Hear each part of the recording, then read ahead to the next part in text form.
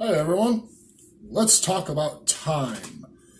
Now, you probably saw the name of this and thought, have a choice about what? And exactly.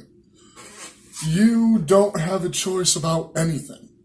And once you understand what time itself actually is, then you'll understand why I say this. Now, I believe it was discovered in the early 2000s that time and space are not two separate things. They're actually a part of the same thing, space-time. If you manipulate space, you manipulate the time within and around that space. Take, for example, the pyramids. I forget exactly which way it goes, but if you see someone just driving off into the desert, they appear to be moving a lot slower than they're actually moving. But once they start driving along the pyramid, you start to see how far they're actually traveling.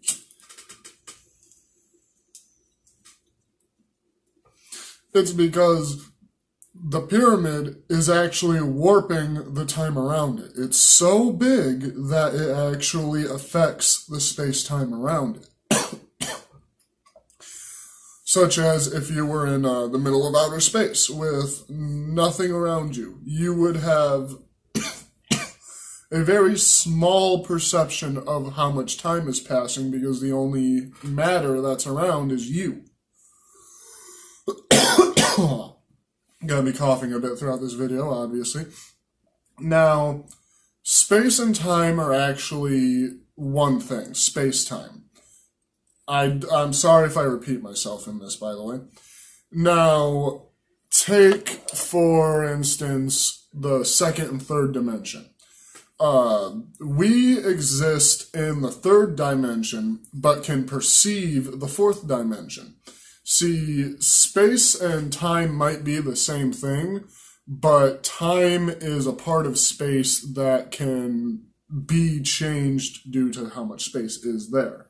We can perceive time because we exist in this point in time. We can't exist anywhere past this point or forward in this point.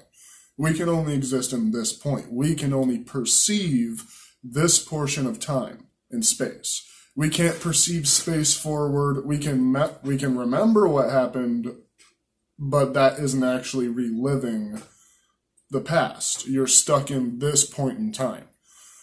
Now, when it comes to the second dimension, take like a drawing or just length and width. Or length and height. There's no width, there's no volume, none of that.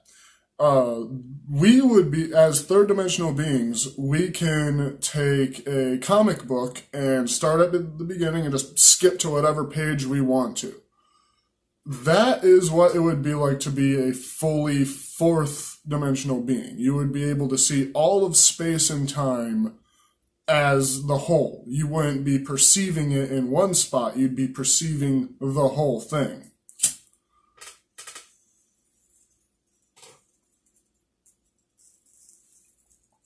Now, let's assume, the fact that space and time are the same thing, space-time, and we can perceive other dimensions the way we would assume that it works out, it's not too hard to assume that a fourth dimensional being actually exists. Someone who can see the beginning and end of everything. Now, if you have been on my channel for any length of time, you'll know that I'm an avid atheist. Don't get this mixed up. This is not me saying that there is a God. A fourth dimensional being is not a God. Even if they created this space and can watch it all, just like we can't control everything that happens in the second dimension, they can't control what happens in this dimension. Now, when I first thought of that and shared that idea, people said, but we can manipulate the second dimension. We can draw stories. We can draw out a circle, say this is timeline. and make a loop, and that's how like we've discovered paradoxes and stuff like that. But we can't actually interact with our drawing. Say, take a Doki Doki Literature Club. That's getting big in the news for stupid ass reasons right now. But that's a fourth dimension, or that is a fourth wall breaking game. They know that they're in a comic book or in a video game, but you can't actually interact with them. They have a set amount of programmed words that they say in response to what you do. Well, I believe that if a fourth dimensional being does exist, that they just can't interact with us the way that we can't interact with a second dimensional being. Now, I know that there are further dimensional tiering, and I don't want to get into that right now. I want to get into the fact that we don't have choice. And that's the point. If a fourth dimensional being can exist and see that we have a beginning and there's an end, and we are existing in this point right now, that means that the point you're existing to right now and the end has already been written. Space and time has already been written out the way that it's going to be played out. It's just all lined up the way that it is going to play out. And this is a belief that's supported by facts. Like, I believe that we don't actually have any choice, and the evidence that space and time are the same thing, and space will always exist, no matter what. Say, for instance, I'm going to set this down just because camera. It's not out of existence. That glass will always exist in some form or fashion. Those atoms aren't going anywhere.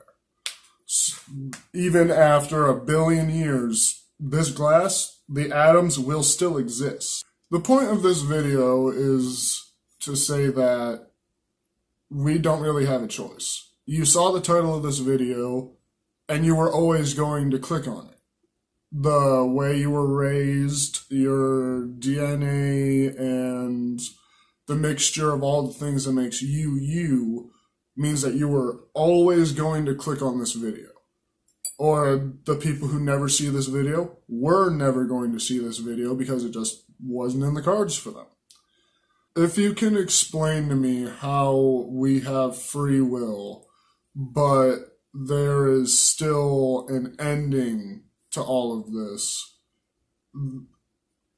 then how does it work? I wouldn't mind discussing this in the comments. You can message me on Facebook if you want. I don't really care for outros, so I'm just going to end this here and ask what you think.